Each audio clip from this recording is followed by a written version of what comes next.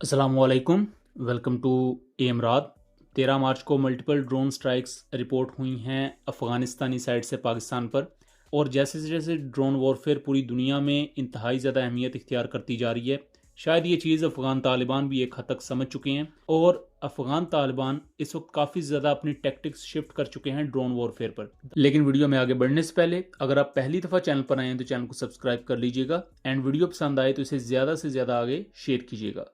10 से ज़्यादा ड्रोन्स सिर्फ 13 मार्च को पाकिस्तान के मुख्तलिफ एरियाज़ को टारगेट करने के लिए भेजे गए। और सबसे अहम चीज़ ये थी कि इस्लामाबाद जो पाकिस्तान का कैपिटल सिटी है उस पर भी 2 ड्रोन्स को पाकिस्तान एयरफोर्स की तरफ से शूट डाउन किया गया। यहाँ तक कि नॉर्मल इस पर इलेक्ट्रॉनिक वॉरफेयर सिस्टम यूज़ करने के बजाय पाकिस्तान एयरफोर्स के फाइटर जेट्स को यूज़ किया गया इन ड्रोन्स को शूट डाउन करने के लिए, जो कि आपकी लास्ट लाइन ऑफ डिफेंस होती है कि जब ड्रोन बहुत ज़्यादा करीब आपकी फैसिलिटीज़ के पहुंच जाए तो उस वक्त या तो सरफेस टू एयर मिसाइल से उसे निशाना बनाया जाता है या हवा में मौजूद आपके फाइटर जेट्स या अटैक हेलीकॉप्टर्स उसको निशाना बनाते हैं। तो ये दोनों चीज़ें आपकी लास्ट लाइन ऑफ डिफेंस के तौर पर काम आती हैं, क्योंकि इससे पहले आप इलेक्ट्रॉनिक वॉरफेयर सिस्टम के थ्रू ड्रोन के खिलाफ सॉफ्ट किल परफॉर्म करने की कोशिश करते हैं।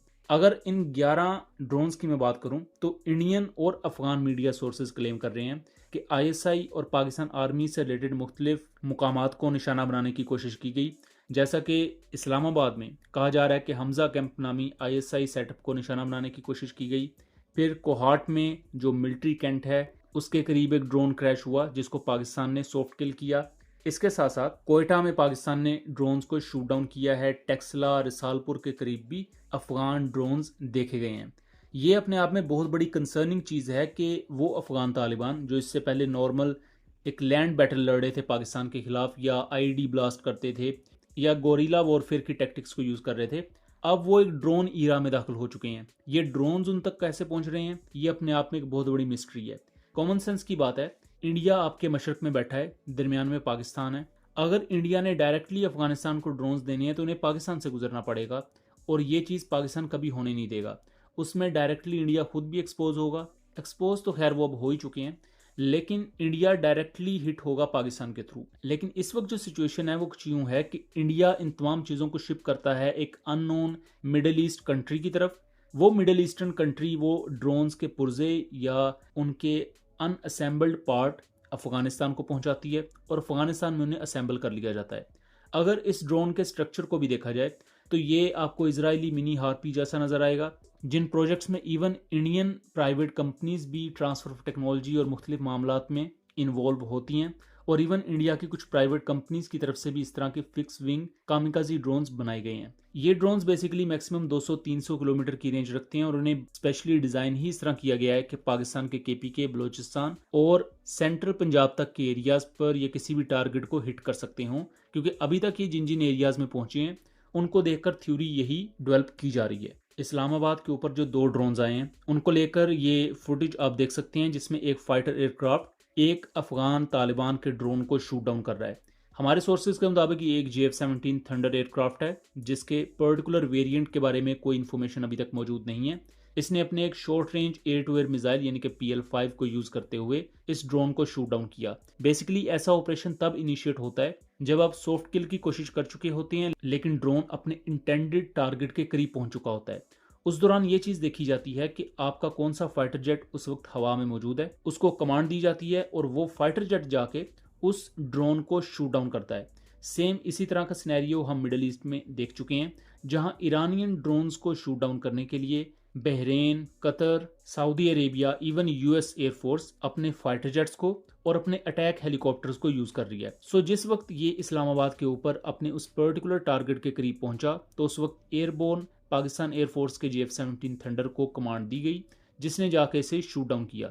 और JF-17 थंडर का ये दूसरा और तीसरा kill air to air kill है जो इसने अचीव किया है। 2017 में एक Iranian unmanned combat aerial system को JF-17 थंडर ब्लॉक 1 ने शूट डाउन किया था। ओवरऑल अगर बात की जाए तो 13 मार्च को 11 ड्रोन्स जो पाकिस्तान के मुख्तलिफ एरियाज में अफगान तालिबान ने लॉन्च किए, उनमें से 10 पाकिस्तान ने शूट डाउन किए। एक ड्रोन कोहाट मिलिट्री कैंट के करीब क्रैश हुआ, जिसके बारे में पाकिस्तानी सोर्सेज ये क्लेम करते हैं कि उसे सॉफ्ट किल कर दिया गया था, जबकि अफगान तालिबान कहते हैं कि वो ड्रोन अपने टारगेट पर लगा। बट ऑन ग्राउंड किसी भी किस्म का डैमेज नहीं हुआ, उसकी ना ही कोई फुटेजेस आई और ना ही उसके सबूत अवेलेबल हैं। लेकिन ये अपने आप में एक बहुत बड़ा अटैक है। खासतौर पर इंडिया ने जब इस्लामाबाद पिंडी में मौजूद नूर खान बेस पर अटैक किया था, उसके बाद ये अफगान तालिबान का दूसरा बड़ा अटैक है जो तालिबान की तरफ से बेसिकली किया गया है, जिसमें इस्लामाबाद को निशाना बनाने की कोशिश की गई। बट फॉर्चुनेटली पाकिस्तान के एयर डिफेंस सिस्टम और पाकिस्तान की एयरफोर्स की बरवक्त कार्रवाई के नतीजे में ये ड्रोन अपने टारगेट को डिस्ट्रॉय या हिट नहीं कर सका। बट ये अपने आप में एक बहुत ही ज़्यादा कंसर्निंग चीज़ इस वजह से है कि अफ़गान तालिबान को ड्रोन्स जिस रूट के थ्रू सप्लाई हो रहे हैं, उनमें आपकी अपनी दोस्त कंट्रीज़, जिनमें कुछ आपकी मिडल ईस्टर्न कंट्रीज़ हैं, वो इन्वॉल्व हैं इंटेंशनली या अनइंटेंशनली, जिसका तयन आपने करना है, जिसके बारे में पॉलिसी रियासत पाकिस्तान ने बनानी है। लेकिन ये ड्रोन्स पाकिस्तान के खिलाफ जिस तरह डिप्लॉय किए जा रहे हैं, इसकी एक कॉस्ट है जो पाकिस्तान को खुदा न खास्ता आने वाले वक्त में पे करनी पड़ सकती है। पाकिस्तान को अपने एयर डिफेंस नेटवर्क को मजीद स्ट्रॉन्ग करने की ज़रूरत है, खासतौर पर अपनी वेस्टर्न साइड पर, क्योंकि हमारी जो ज़्यादा तैयारी होती है वो इंडियन साइड पर होती है, यानी कि ईस्टर्न सेक्टर पर। वेस्टर्न सेक्टर हमने वैसे ही खुला छोड़ा होता है, क्योंकि अभी तक अफगान तालिबान की तरफ से फिक्स विंग कामिकाजी ड्रोन्स को एंटिसिपेट किया ही नहीं गया था कि ये तालिबान किस तरह यूज करेंगे फिक्स विंग ड्रोन्स को। लेकिन अब ये चीज़ हमारे सामने आ रही है कि वो ऐसे ड्रोन्स यूज कर रहे हैं, चाहे उन्हें इसराइल की बैकिंग से मिलें, चाहे उन्हें इंडिया की बैकिंग से मिलें। बट